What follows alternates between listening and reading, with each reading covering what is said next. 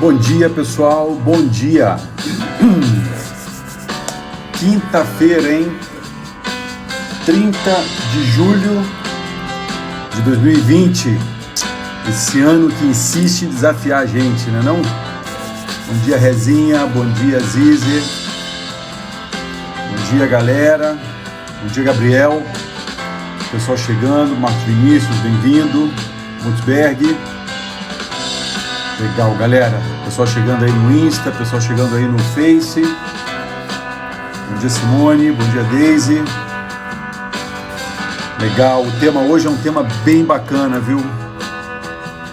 Bem bacana. Fala, Rabi. Bom dia, linda. Fausto, Silvana. Bom dia, Zombrilli. Legal, turma. Hoje eu vou apresentar um livro para vocês. Bom dia, Nani. Tudo bem?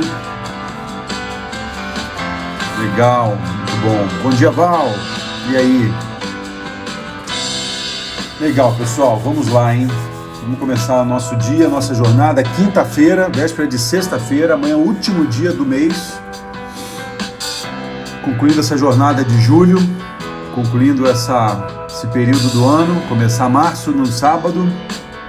Mês novinho em folha. Bom dia, Márcia, bem-vinda. Eu falei março? Agosto. Bom, deixa pra lá. Vamos lá, galera. Bom dia, Franciane. Legal, vamos lá então, hein? Vamos começar o nosso dia. Bom dia, Jean.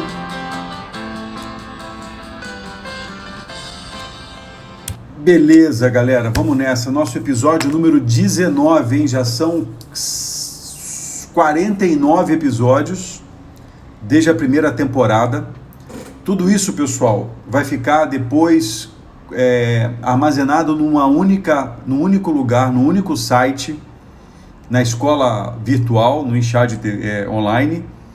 E eu espero já ter isso pronto para início de agosto. Quando a gente começar a terceira temporada, eu já espero estar isso rodando lá. Vamos trabalhar para isso, né? E como a gente vem conversando, né, nessas últimas lives aí, desde o dia 22 de julho, na live número 13 da segunda temporada, eu venho falando de assunção de responsabilidade, não julgamento, foco no futuro, entrar em ação, aprender e transformar. De onde eu tirei isso? Eu tirei isso do livro Modelo do Pensador, né, que muitos já conhecem, aqui desse pedacinho aqui, ó, Fundamentos do Desenvolvimento Humano. Assumir responsabilidade, não julgar, focar no futuro, entrar em ação, aprender e transformar. Esses são os pontos que eu coloco no livro, né?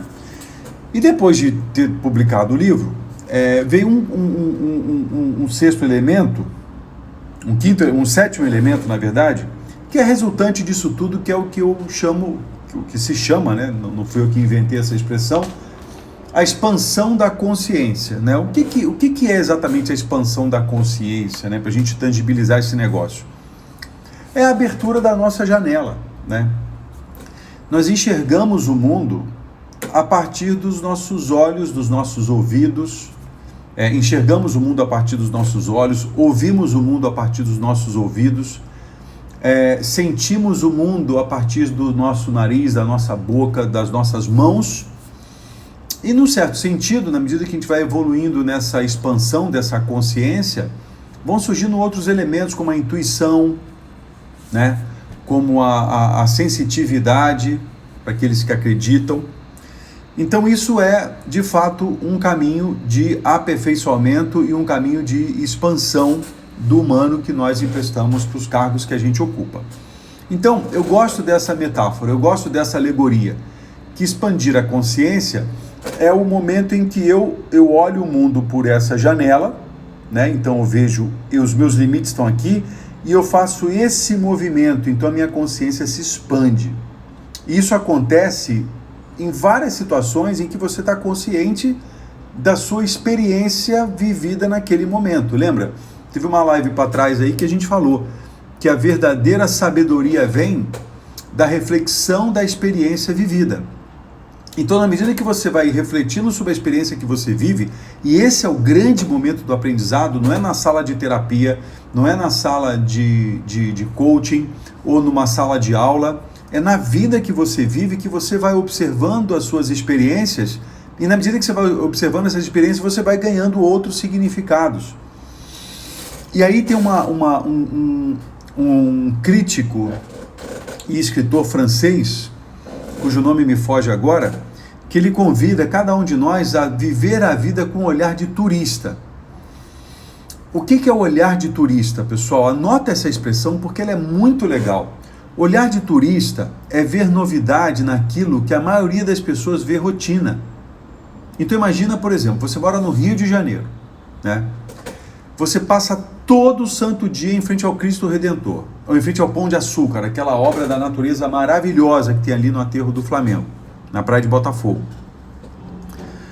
O nativo, ele olha para aquilo como aquilo já tivesse ali, e de fato está, né, há milênios, né?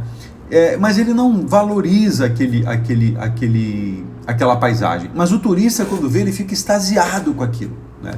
O olhar do turista se assemelha ao olhar do aprendiz, que procura observar as coisas que ele já conhece com um outro olhar.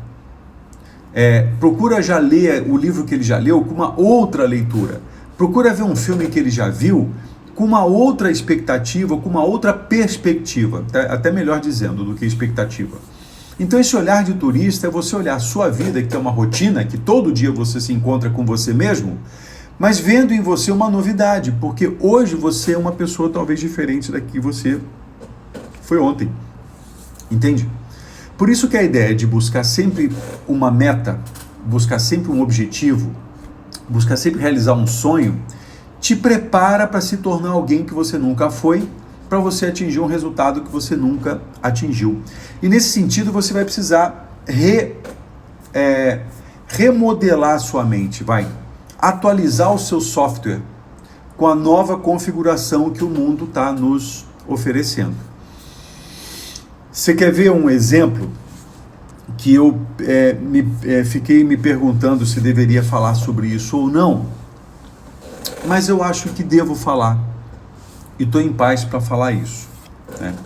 Eu estou pensando sobre isso já tem alguns dias, desde que eu soube, deve ter uns 3, 4 dias, e estou pensando nisso, né? E por que eu estou pensando nisso? Porque isso é um fato novo, é um elemento novo no meu mapa, né? Na minha janela, e que na medida que surge um elemento novo, é o momento que eu tenho para aprender. Na verdade foram 2 eventos, um aconteceu ontem, até com uma pessoa que está sempre aqui entre nós, e que ontem me falou: Luiz, eu já acompanho você há 10 meses, mas nunca tinha feito nenhum contato.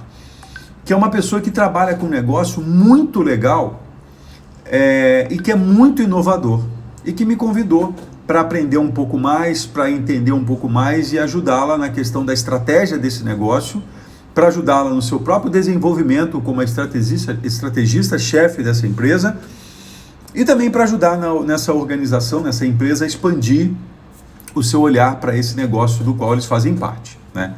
Então isso me instigou muito, me entusiasmou muito, porque é algo realmente muito novo, né? Tá ligado ao setor agrícola, misturado com o mercado financeiro, misturado com embriologia. Vou ficar por aqui para não revelar muitas coisas, porque isso é uma coisa mais confidencial lá da empresa.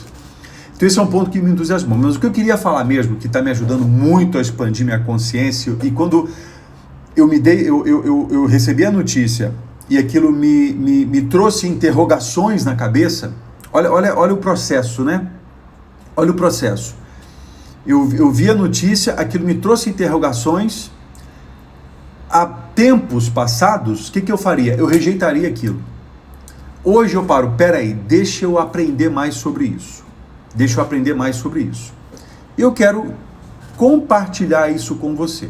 Espero que nesse momento a gente seja capaz de não julgar, né? De eventualmente até aceitar, ou pelo menos antes de aceitar, primeiro não julgar, e não julgar e entender primeiro, para depois então entender se você vai aceitar ou não. mas foi o que aconteceu com uma ação mercadológica da Natura, quando ela contrata o Tami Miranda, né, filho da Gretchen, para ser o garoto propaganda, o personagem-chave da propaganda da Natura para o Dia dos Pais, né? Eu não preciso contar a história, todo mundo sabe da história. O Tami Miranda é uma pessoa que se transformou, né, de uma pessoa originalmente nascida no sexo feminino e hoje, então, assumindo um papel, um gênero masculino, e com isso todas as condições legais ao seu redor. Ele é reconhecido como uma pessoa do gênero masculino, ele é casado com uma pessoa do gênero feminino, tem um filho e legalmente ele é pai desse filho.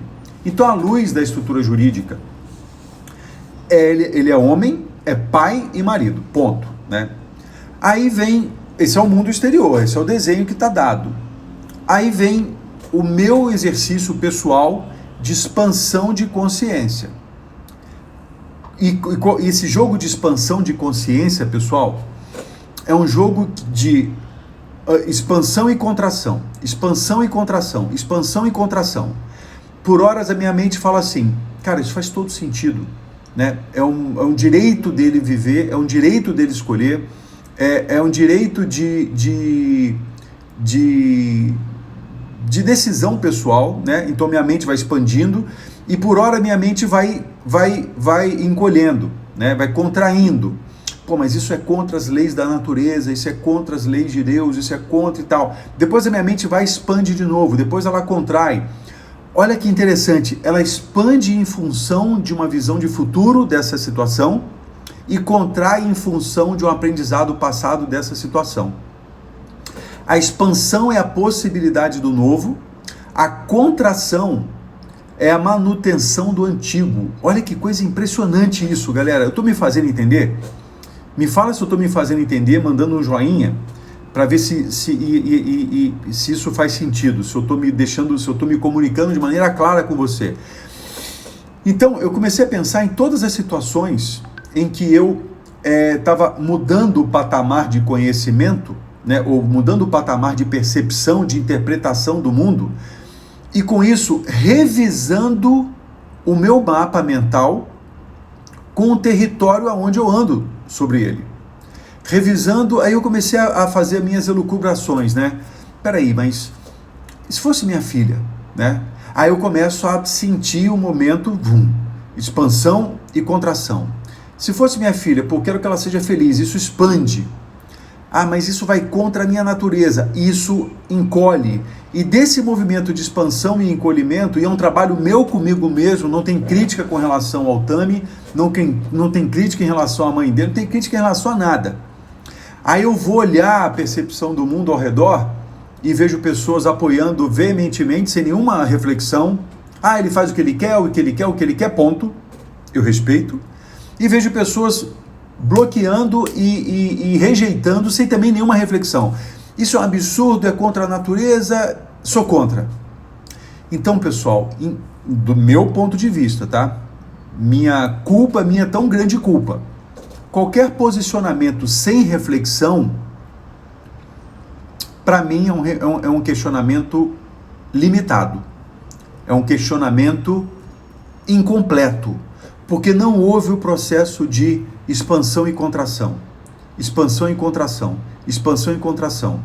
É um exercício de fortalecimento muscular cognitivo, emocional, exatamente, intelectual, espiritual até, porque nesse momento, o que eu pensei, né? Eu pensei assim, cara, se Cristo vivesse entre nós hoje, o que ele diria dessa situação? E é claro que o que eu vou dividir com vocês, e quando eu divido em confiança, embora isso seja aberto para qualquer um ouvir, e obviamente me julgar, eu fico imaginando, né? Deus entreteve, assim, relacionamento com pessoas que a sociedade local da época questionava também, né? Maria Madalena era uma pessoa tida com um determinado comportamento social reprovável, com quem com quem Jesus entreteve um relacionamento, né? Um relacionamento próximo. Eu não saberia qualificar, e nem deveria, e nem gostaria de qualificar. Mas esse é o ponto, Mutzberg, esse é o ponto. O amor é a palavra-chave, né? Quando você olha a situação com olhar amoroso, e para você olhar com olhar amoroso, você tem que ir quebrando aquelas fronteiras que nós conversamos na live número 5 da primeira temporada, a teoria da personalidade, quando a gente se lembra que nascemos do ambiente de amor, experimentamos a dor, construímos personalidade e máscara. Então, quando você vai voltando nessa jornada e você reencontra o amor passa a ser a lente através da qual você enxerga o mundo. Aí vem a compaixão, vem a compreensão, e aí daí vem a aceitação. Mas para isso, enseja o não julgamento. Primeiro, para eu poder entender, primeiro para eu poder aceitar, eu tenho que entender. E para entender, eu devo olhar a situação com compaixão e amor. Entende isso, galera? Cara, isso é muito animal. Isso é muito humano, demasiado humano, porque essa é a nossa natureza inicial, do meu ponto de vista. Essa é a natureza do meu ponto de vista. Então, isso vale, e na hora que eu consigo expandir esse estágio, que eu consigo alcançar um outro patamar desse pensamento, eu começo a entender e querer entender o maior número de pessoas ao meu redor, na medida em que haja o maior número de situações tensas dentro do meu modelo mental. Você quer ver um exemplo? Me lembrei disso agora, nesse exato momento. Uma situação que eu tomei conhecimento, isso foi em 2013 para 14, por ali, né? Uma situação que é a seguinte: havia um casal, olha isso, galera, isso é tenso, hein? Depois, se você quiser se manifestar, fica à vontade. Havia um casal que tinha um filho, tá? O filho foi morto por um homem. Um homem assassinou esse filho. E esse homem foi preso. Então havia um casal que tinha um filho, um homem assassinou esse filho, esse homem foi preso. E esse homem, ao ser preso, não pôde mais cuidar do seu próprio filho, porque ele estava preso. Então esse casal assumiu a responsabilidade de cuidar do filho do homem que matou o seu filho. Ficou clara a circunstância? Havia um casal que tinha um filho, um homem matou o filho desse casal, esse homem foi preso, esse homem preso tinha um filho que não podia mais ser cuidado por esse pai, e esse filho, cujo pai foi preso, passou a ser cuidado pelo casal, cujo filho havia sido morto pelo homem que estava preso. Quando a pessoa me contou essa história, a minha mente fez isso assim, ó, né? Porque vem os conceitos prévios, né? Que é de onde vem a expressão pré-conceito. E eu fiquei me perguntando, falei, cara, essa é uma situação muito elevada, né? E é uma situação onde onde uma pergunta que se faz, e essa pergunta, eu queria muito que você anotasse essa pergunta, para que ela te orientasse em algum momento, né? Que é a seguinte: o que o amor faria agora? Então, se você, isso, linda, cuidou do filho do assassino do seu próprio filho, se você está numa situação limite, onde você está tenso, com medo, preconceituoso, raiva, mágoa, vingança, seja o que for, uma pergunta que pode aplacar esse turbilhão de emoções é: o que o amor faria agora? A Glaucia está falando aqui, isso aí, como você, futuro psicólogo, clínico, uma possibilidade, receberia essa pessoa. Está perfeito o seu pensar. Esse o exercício, Glaucia. É exatamente o exercício, né? Um exercício de um futuro psicólogo que traz para esse psicólogo o humano que ele empresta para esse cargo, né? E procura trabalhar os elementos que eu posso, dentro da minha limitação, trazer de mais humano, que mora ali na casa da emocionalidade, da espiritualidade, e emprestar para esse psicólogo que eu estou me tornando, né? E aí é esse o grande exercício, pessoal, de evolução humana. A evolução humana está diretamente ligada à nossa capacidade de expandir a nossa consciência, expandir o nosso mapa, expandir a nossa janela de percepção, né?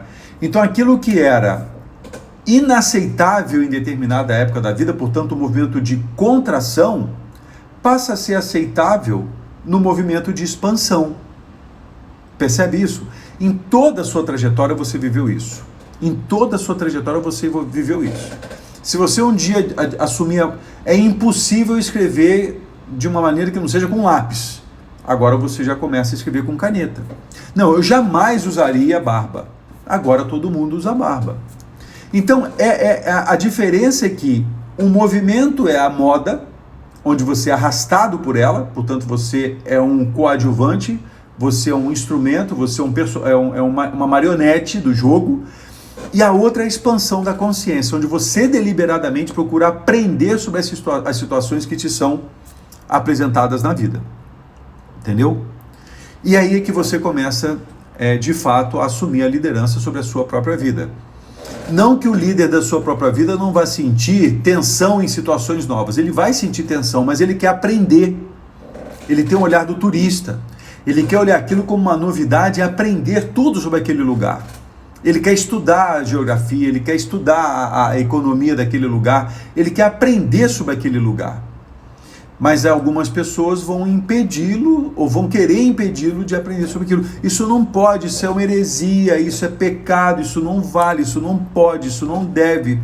Aí vem a ditadura, né, do paradigma, né? Quando eu falo ditadura, não é regime político, mas as condições estabelecidas para você poder ser quem você quer ser. E se teve uma coisa, eu posso falar aqui uma baita de uma besteira, mas é o que o meu coração e a minha mente juntos estão querendo dizer. Se teve uma coisa que Cristo fez, foi desafiar o padrão da época que ele viveu. Talvez por ele ter vivido à frente do seu tempo, ele foi condenado. E ele tinha a consciência de que ele tinha uma missão para viver, e pela qual ele morreu. Entende? E eu falo disso porque para mim é uma figura muito importante, muito inspiradora, né? A Deise está falando o seguinte: nós não precisamos concordar com as escolhas das pessoas, apenas respeitar e amar, porque é exatamente isso que faz com que mudemos as nossas reações diante do novo. Então, Deise, se você escrevesse essa frase na primeira pessoa, eu ia bater palma para você. Binato, eu não preciso concordar com as escolhas das pessoas, apenas respeitar e amar, porque é exatamente isso que faz com que eu mude as minhas reações diante do novo. Esse é o seu ponto de vista. Mas pensa no exercício de outra pessoa que não concorde com você. Ela não vai concordar com essa sua frase. Então alguma pessoa pode dizer o seguinte: olha, eu não quero concordar com você. E aí é que vem talvez um outro ponto de expansão.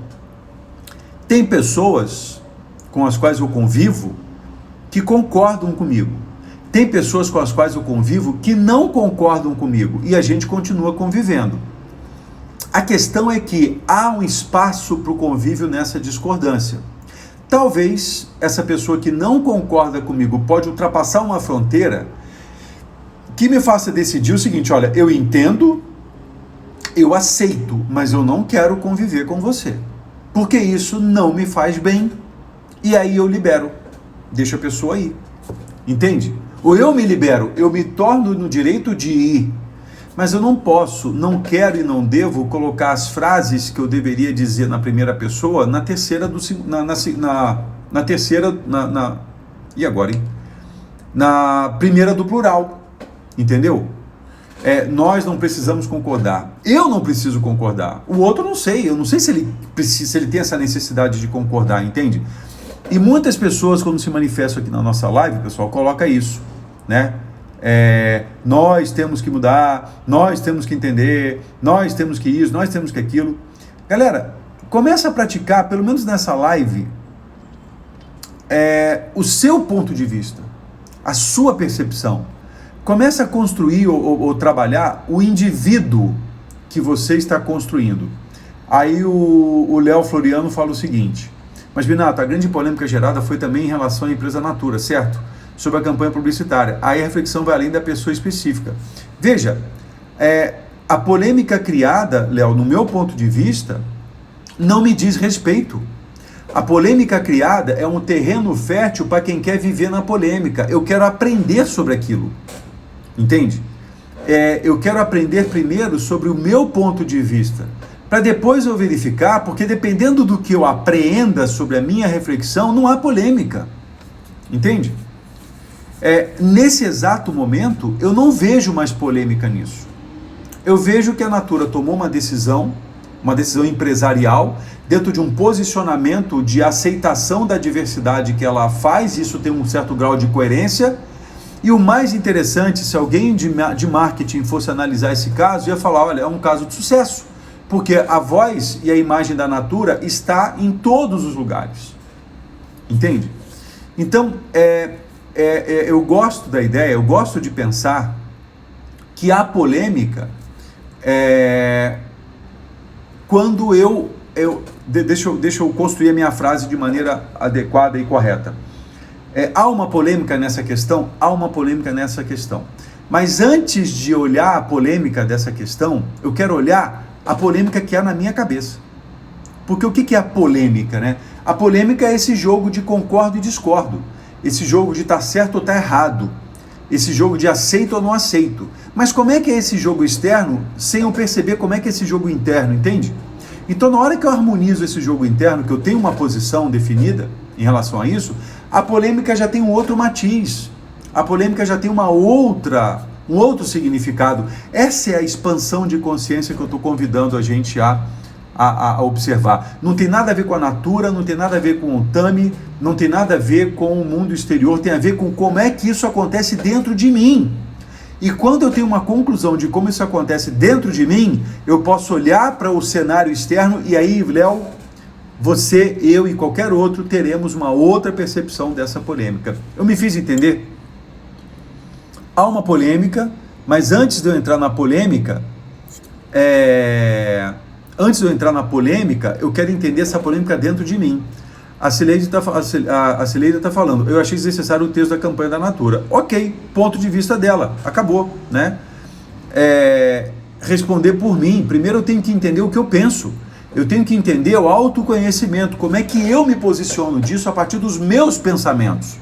E aí vem uma pergunta, pessoal, o que você pensa hoje é realmente fruto dos seus pensamentos ou ainda é uma herança de alguém que colocou na sua cabeça o que você pensa? A Malu está dizendo aqui o seguinte, verdade, aprendi com você a praticar o eu, assumindo a minha responsabilidade. Esse é um ponto.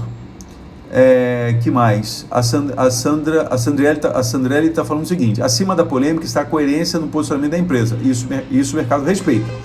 Ponto de vista.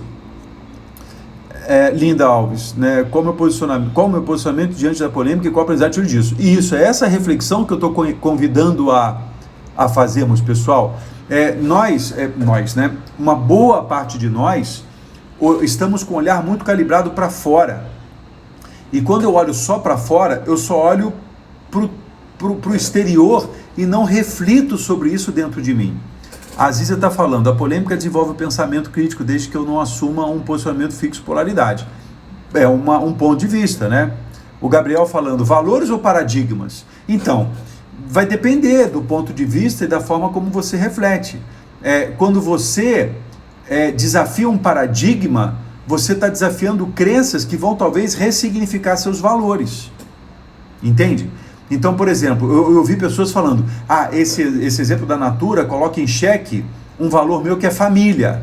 Aí a pergunta é, o que significa família para você? Família para você é homem, mulher e crianças? Família para você é homem, homem e crianças? Mulher, mulher e crianças? Mulher que virou homem com mulher e crianças e animais? Entendeu? Aí o seu conceito de família, que era um paradigma e mudou para outro paradigma, vai reposicionar os valores. Essa dinâmica que fez o ser humano evoluir ao longo da história. A Rose está falando, você me ajudou a enxergar além. Isso é ótimo. O Flávio está falando, eu tenho que me definir primeiro. Flávio, cara, você usa uma palavra que eu adoro provocar. Eu tenho que me definir primeiro ou eu tenho que me conceituar primeiro? Porque quando eu falo definir, eu dou fim a. Quando eu falo conceituar, eu crio uma condição circunstancial que eu posso mudar depois. Para ver ao redor, para ter minha posição e respeitar as demais sem me contaminar. Exatamente isso, Flávio. Eu posso viver com todas as circunstâncias ao redor na medida que eu empreendo um esforço para entender como é que eu lido com aquilo. Galera, esse tema a gente poderia falar o resto do dia. Por quê? Porque a mente é maleável. Uma pequena mudança em como você lida com o seu pensamento, como você percebe e interpreta o mundo, pode transformar significativamente a sua existência. Essa é a mensagem final dessa live de hoje, galera. Que olha, eu fui olhar para o relógio aqui, tem 31 minutos, eu não vi o tempo passar. A Glaucia está falando aqui, a estrutura resiste ao novo, seja no setor cognitivo ou socioafetivo emocional. A estrutura resiste, mas depois ela se adapta, né? E a Linda está falando, o autoconhecimento que saberás se é um valor ou uma crença que carregamos que você carrega, né, Linda, como uma herança. Perfeito, é isso aí. Viver, mas não participar. Às vezes eu vivo de situações das quais eu participo, às vezes eu vivo de situações das quais eu observo, porque aquilo não faz sentido para mim, eu não preciso estar lá. Isso é polêmico, eu sei que é polêmico, o país hoje está polarizado, né? O mundo de uma certa maneira está polarizado, e antes de você olhar o mundo e julgar o mundo polarizado, o convite é, observe-se nesse mundo, quem você quer ser nesse mundo, o que suporta as bases das suas crenças e valores, e aí isso vai te permitir, do ponto que você está, ir para o ponto que você quer chegar, e essa caminhada é uma caminhada feita de movimentos de expansão e contração, expansão e contração, expansão e contração. Vale para tudo, galera. Isso é muito legal. Puta, show de bola. Grande conversa. Que dia maravilhoso vai ser hoje por causa dessa conversa, pessoal. Olha, valeu por isso. Amanhã, último dia do mês, último dia da segunda temporada, 20º episódio da segunda temporada, 50º episódio das lives. Espero você amanhã. Boa jornada, força sempre e vamos com tudo. Até amanhã, galera. Valeu. Tchau.